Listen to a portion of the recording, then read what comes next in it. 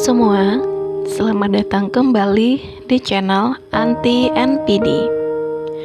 Hari ini kita akan membahas sebuah topik yang sering muncul dalam pembahasan psikologi modern, yaitu NPD atau Narcissistic Personality Disorder. Mungkin kamu pernah bertemu seseorang yang sangat suka dipuji, selalu merasa paling benar, dan tidak pernah mau disalahkan.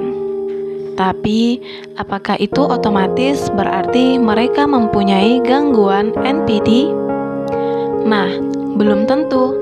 Di video ini, kita akan mengupas apa itu NPD, ciri-cirinya, bahayanya berhubungan dengan seorang NPD, dan kenapa penting bagi kita untuk memahami gangguan ini.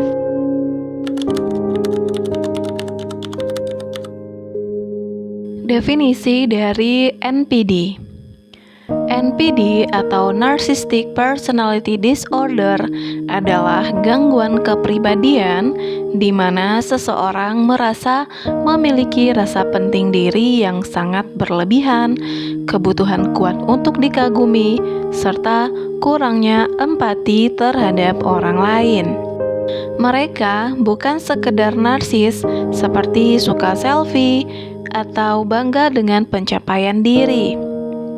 NPD adalah kondisi psikologis yang kronis, mempengaruhi perilaku, dan membuat hubungan sosial menjadi rumit. Orang-orang dengan NPD sering melihat diri mereka sebagai seseorang yang istimewa, merasa berhak mendapatkan perlakuan khusus, tidak tahan dikritik, sangat sensitif terhadap hal-hal yang dianggap merendahkan. Jadi, singkatnya, NPD adalah pola kepribadian yang stabil, bukan sekedar sifat semata.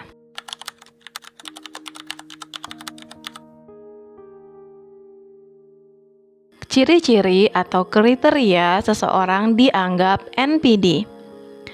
Beberapa ciri utama yang sering muncul antara lain, yang pertama, rasa superioritas yang ekstrim.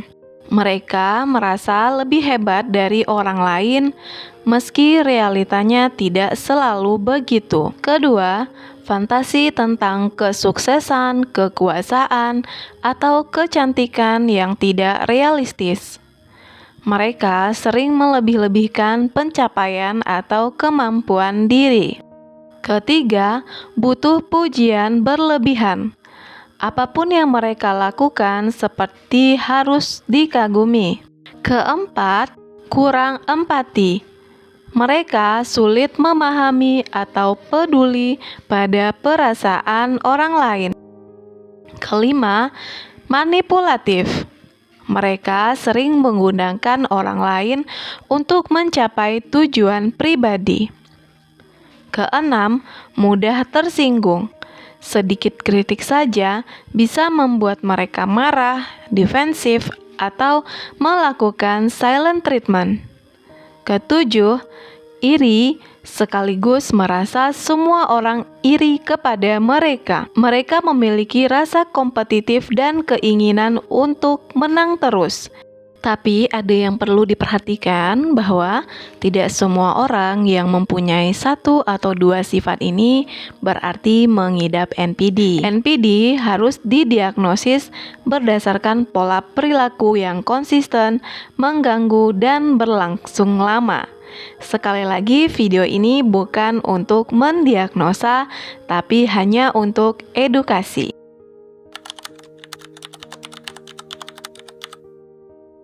Bahaya berhubungan dengan seorang NPD. Hubungan dengan seseorang yang memiliki gangguan NPD, baik itu pacar, pasangan, teman, atau bahkan keluarga, bisa menjadi sangat melelahkan dan berbahaya secara emosional. Beberapa risiko yang umum terjadi, yang pertama adalah manipulasi emosional.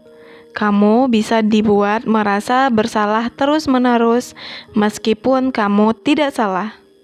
Yang kedua, gaslighting. Perasaan dan pengalamanmu diputarbalikkan sampai kamu meragukan diri sendiri. Ketiga, adanya siklus idealisasi, devaluasi, dan discard. Awal hubungan terasa sempurna, kamu dipuja. Tapi kemudian kamu dikritik, dijatuhkan, bahkan dibuang tanpa penjelasan. Yang keempat, tidak ada tanggung jawab. Semua masalah dianggap adalah salahmu. Yang kelima, dampak psikologis yang panjang. Kelelahan mental, cemas, trauma bonding, dan kehilangan rasa percaya diri. Karena itu, penting untuk memahami bagaimana pola perilaku mereka bekerja. Kenapa penting memahami NPD? Memahami NPD bukan berarti kita memberi label sembarangan.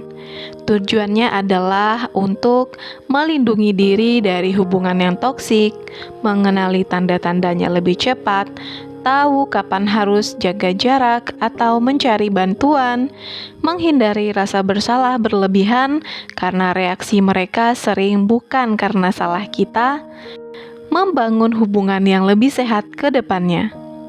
Semakin kita paham, semakin kecil kemungkinan kita terjebak dalam hubungan yang merusak dan sulit keluar. Itulah penjelasan tentang apa itu NPD, ciri-cirinya, bahayanya, dan kenapa penting memahaminya. Kalau kamu pernah memiliki pengalaman dengan seseorang yang menunjukkan tanda-tanda ini, kamu tidak sendirian. Jangan lupa like, share, dan subscribe channel YouTube ini jika kamu merasa video ini bermanfaat. Tulis di kolom komentar topik apa lagi yang ingin kamu bahas tentang NPD atau psikologi. Sampai jumpa di video selanjutnya.